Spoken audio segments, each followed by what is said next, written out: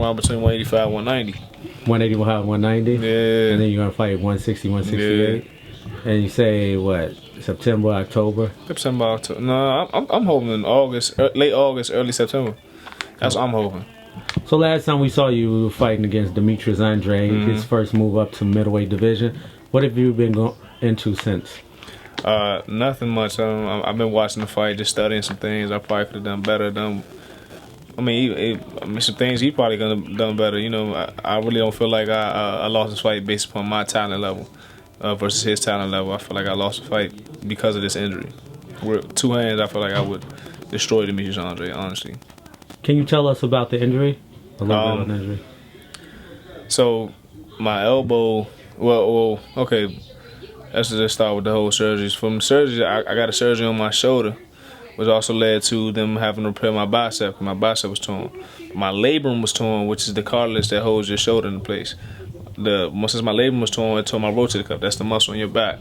That also led to me tearing my bicep and then tearing the ligament of my elbow. So with all that in the fight, that I think the tear of my rotator cuff and my labrum happened in the first round, and I fought throughout the whole fight on that. And I guess I probably just kept breaking my arm down because I kept using it.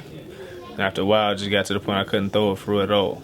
Was it your lead arm or power arm? My lead arm. So your jab arm. Were you able to use it at all during the fight? I did use it. I was able to jab, but in my mind, I couldn't figure out what was wrong, where the pain was coming from, or what punches I could or couldn't throw, or what I could actually do. I just knew I could jab a little bit. You know, my jab, even the jabs I was pushing out there were hurting. But I mean, at the end of the day, I'm not going to not punch at all.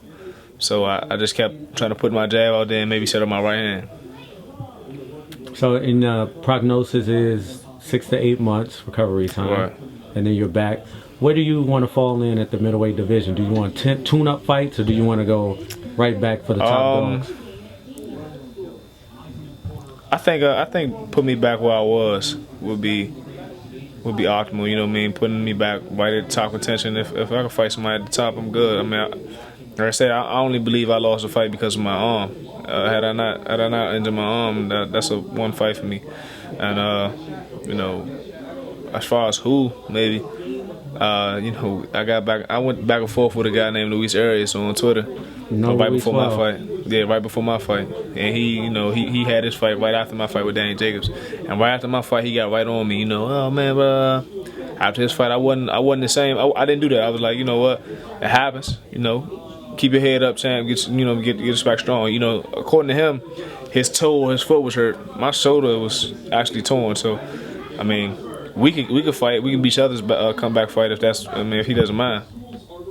So Luis Arias. Yeah. Would you like the rematch with Andrade? Of course. I would love to fight Demetrius Andrade. I don't feel like he's strong enough for the middleweight division. I feel like he's too small. I mean, like you can see that even in his rehydrate.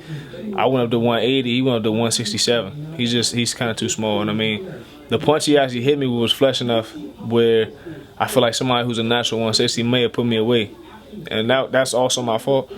But that won't happen again. Okay. So Demetrius Andrade, Luis Arias. What are some other names you would like to fight at 160? I'm not even thinking about anybody other than those two for real. Mostly Demetrius Andrade, but Luis Arias because we both were talking about we talked a lot of trash back and forth, but he went out and didn't fare too much better than me, and he talked about knocking. I didn't talk about knocking. I stayed humble about talking about Demetrius Andrade, but he talked about how he was gonna knock Danny Jacobs out and all this. You know, I don't feel like he's the talented as his mouth is. What do you think about Luis Arias at 160? Do you think he's too small for that weight class? I don't think he's too small. I just don't think he possesses the talent for it, for real. Honestly, man, he's shorter than me and everything, but everybody's shorter than me. He's just not as talented as I am. So your question is boxing skills. Yeah. What do you think about the fight with Jacobs? Do you think he stood there and fought? Did he run? Because there was a lot of criticism of him after that fight. I feel like he wrote